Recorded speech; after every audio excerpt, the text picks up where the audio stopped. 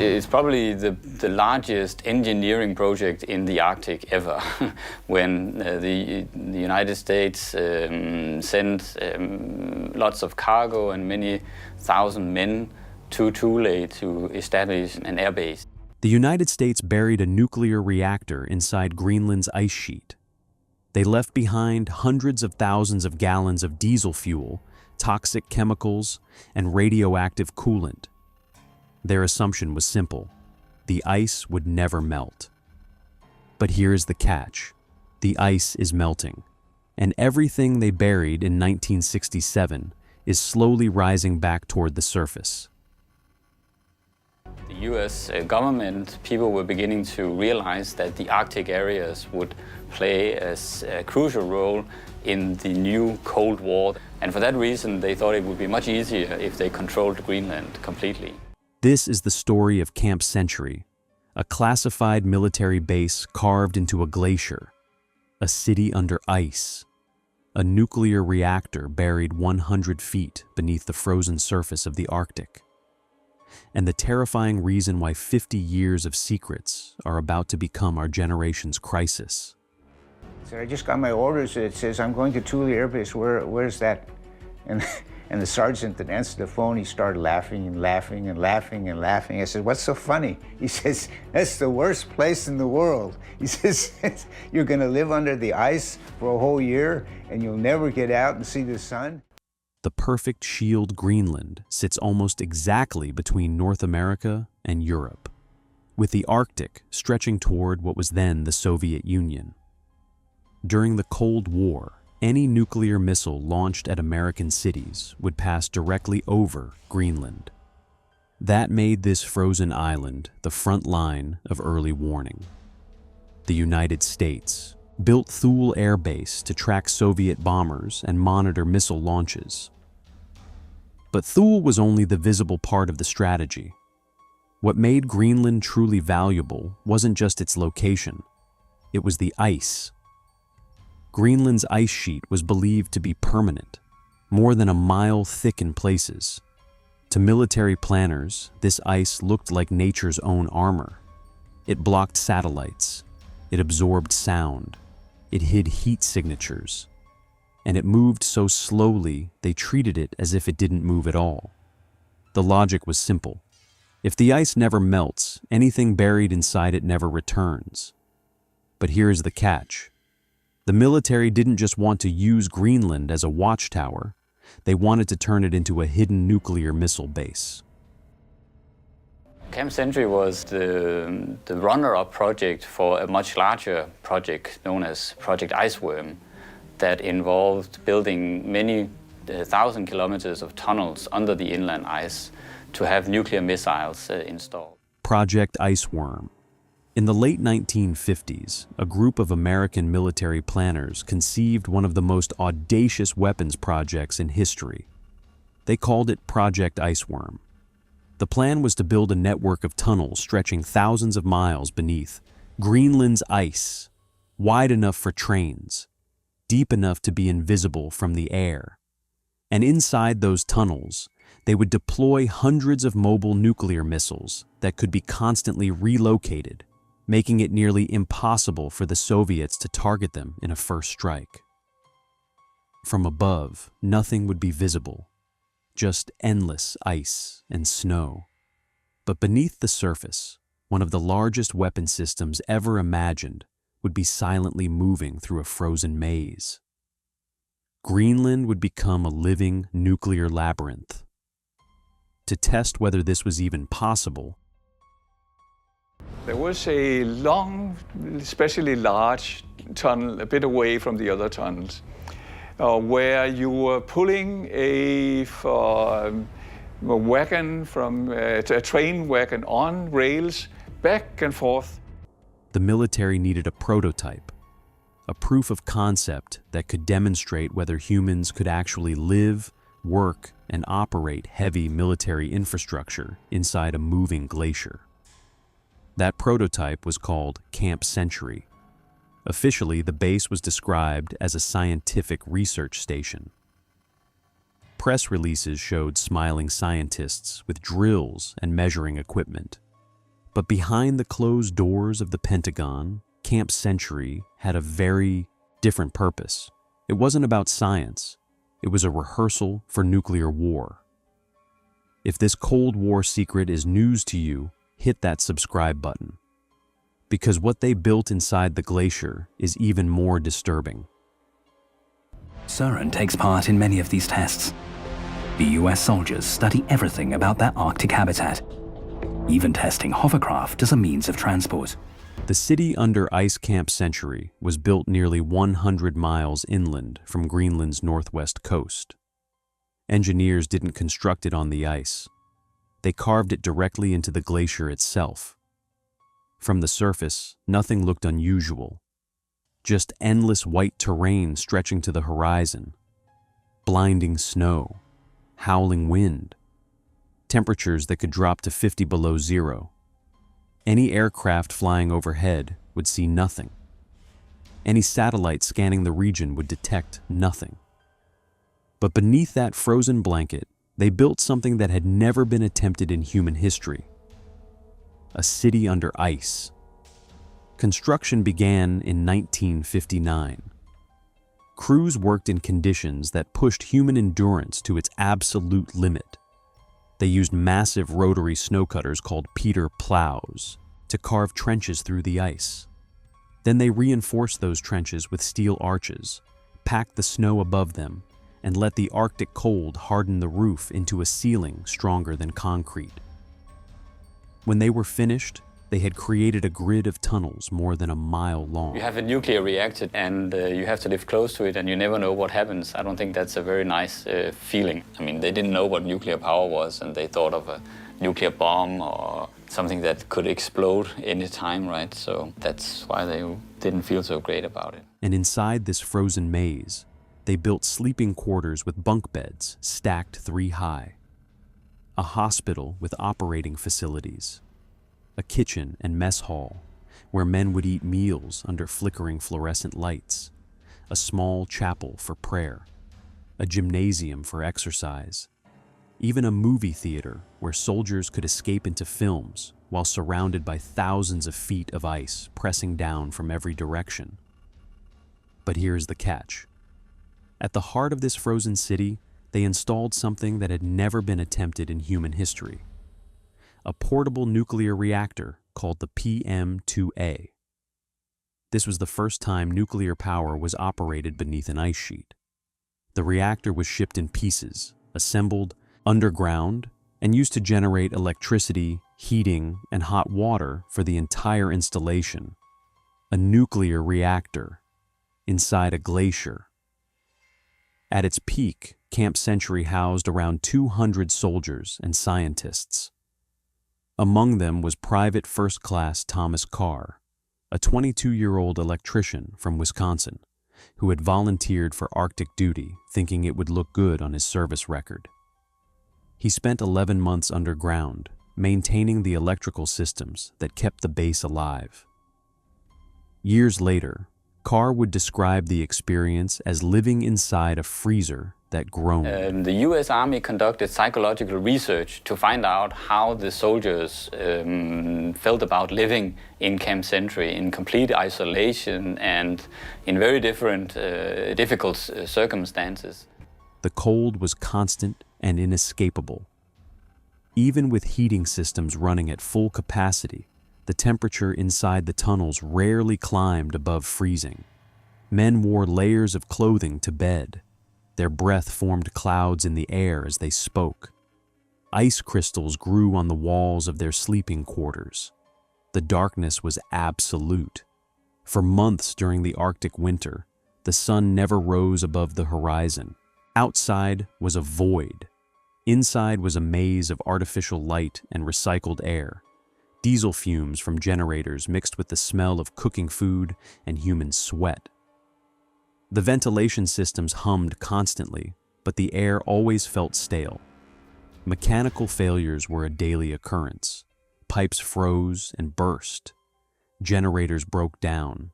Vehicles refused to start in the extreme cold.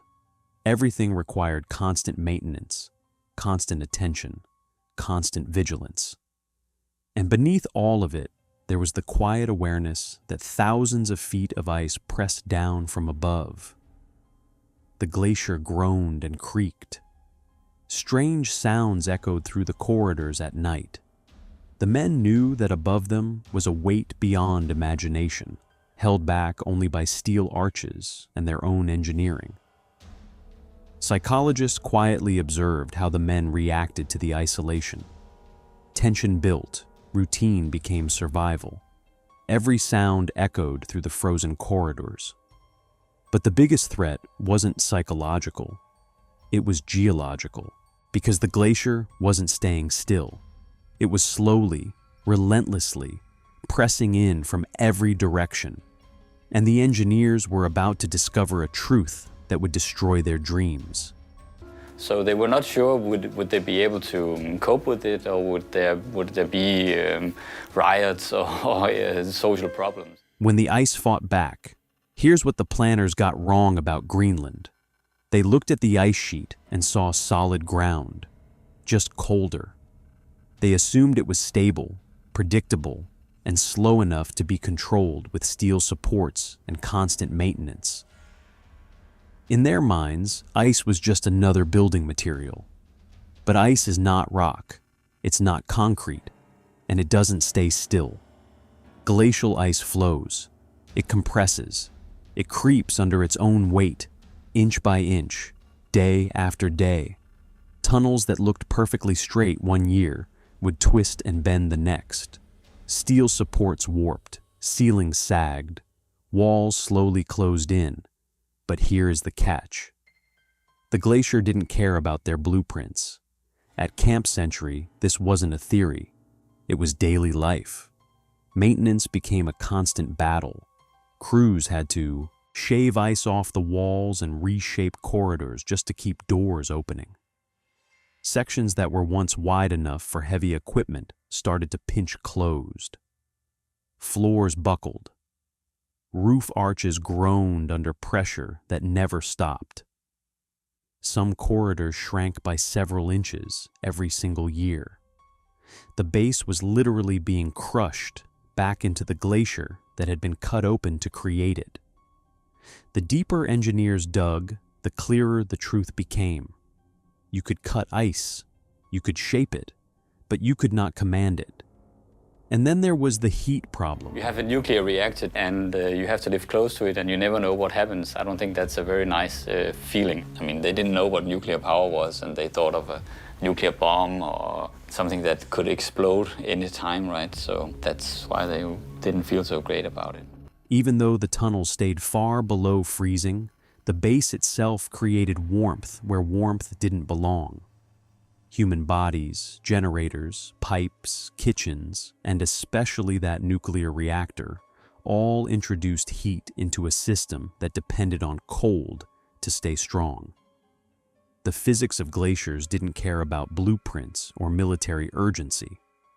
The ice followed its own rules, driven by pressure, temperature, and gravity, and those rules made Project Iceworm's vision of a vast tunnel network completely impossible to maintain.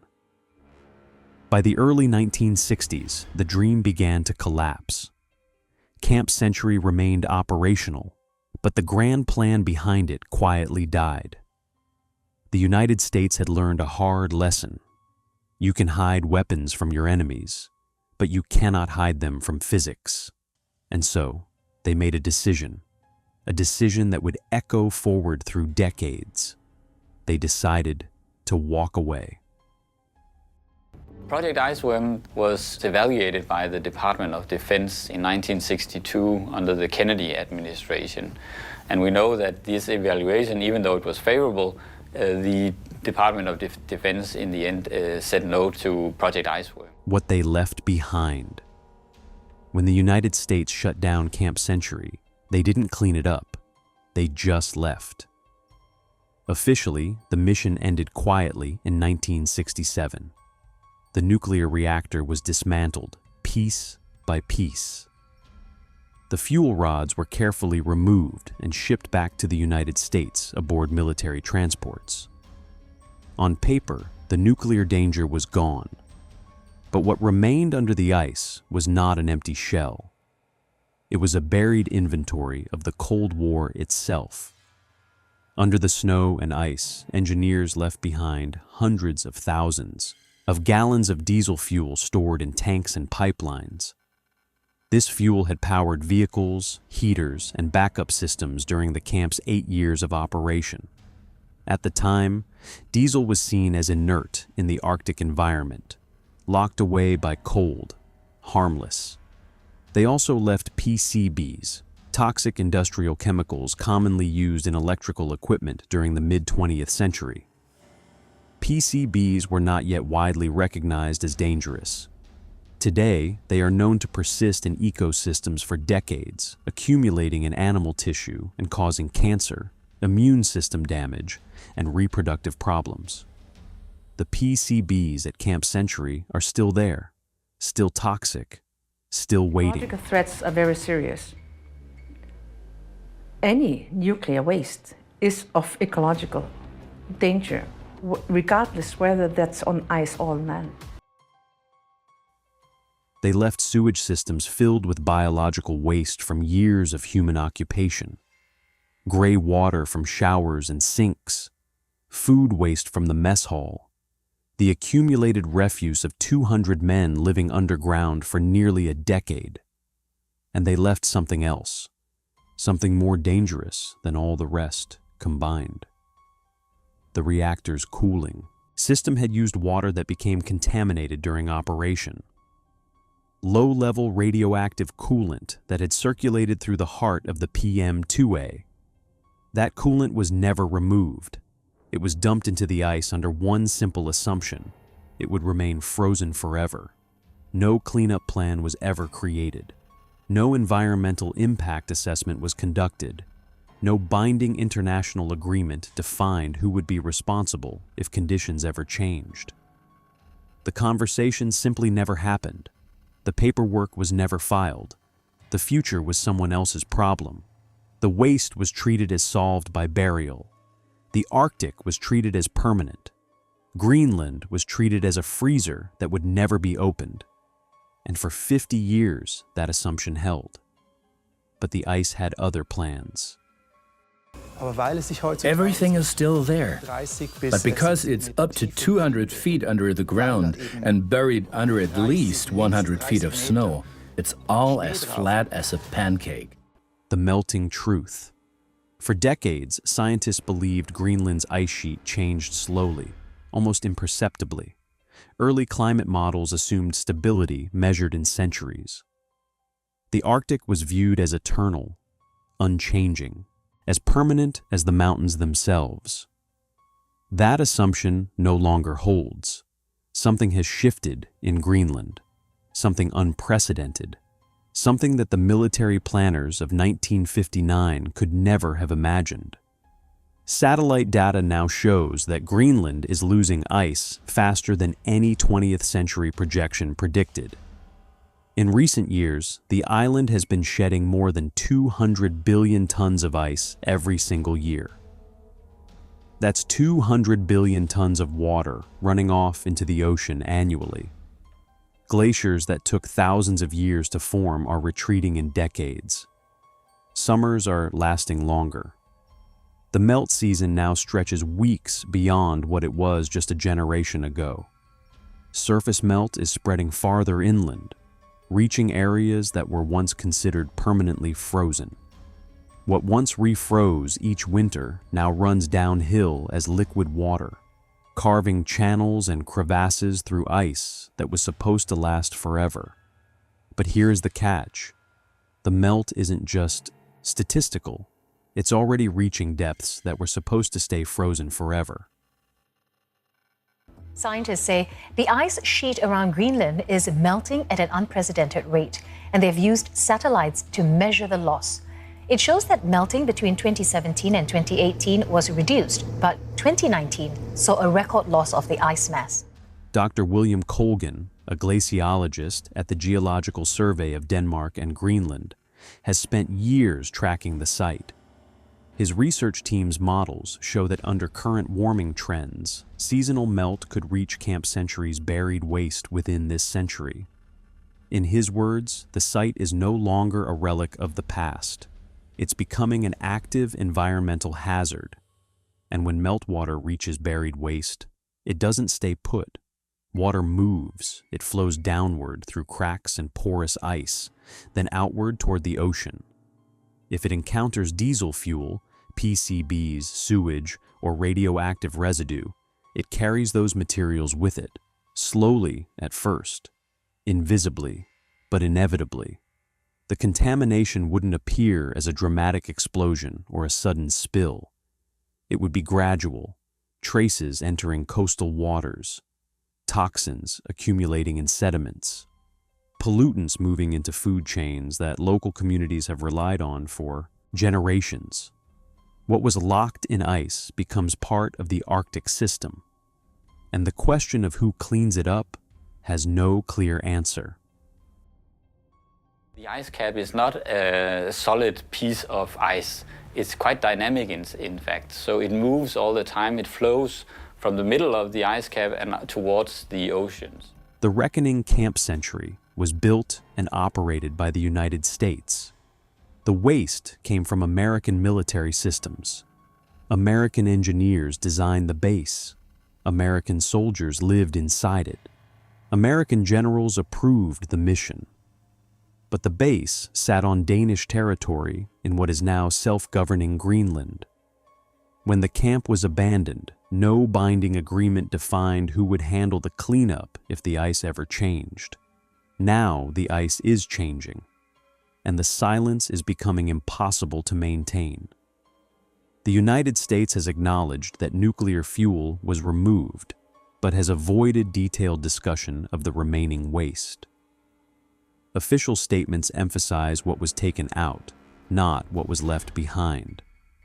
Denmark has called for diplomatic dialogue, recognizing that the issue requires international cooperation. Greenland's government has raised moral concerns, arguing that decisions made without their consent are now becoming their burden to carry. A surveillance, I expect cleaning up, I expect scientific research to check up and give an answer to all the questions that Greenland has given. AKA Niviana, a Greenlandic climate activist and indigenous rights advocate, has spoken publicly about what this means for her community. The hunters and fishermen who live along Greenland's coast depend on waters that could soon carry contamination from a military project they were never consulted about. Their seal hunting grounds, their fishing waters, their children's inheritance. As she put it, our ancestors did not bury this poison, but our children will have to live with it. This isn't just a legal debate. It's a question of accountability across generations. It's a question of who pays the price when powerful nations make decisions and weaker communities bear the consequences.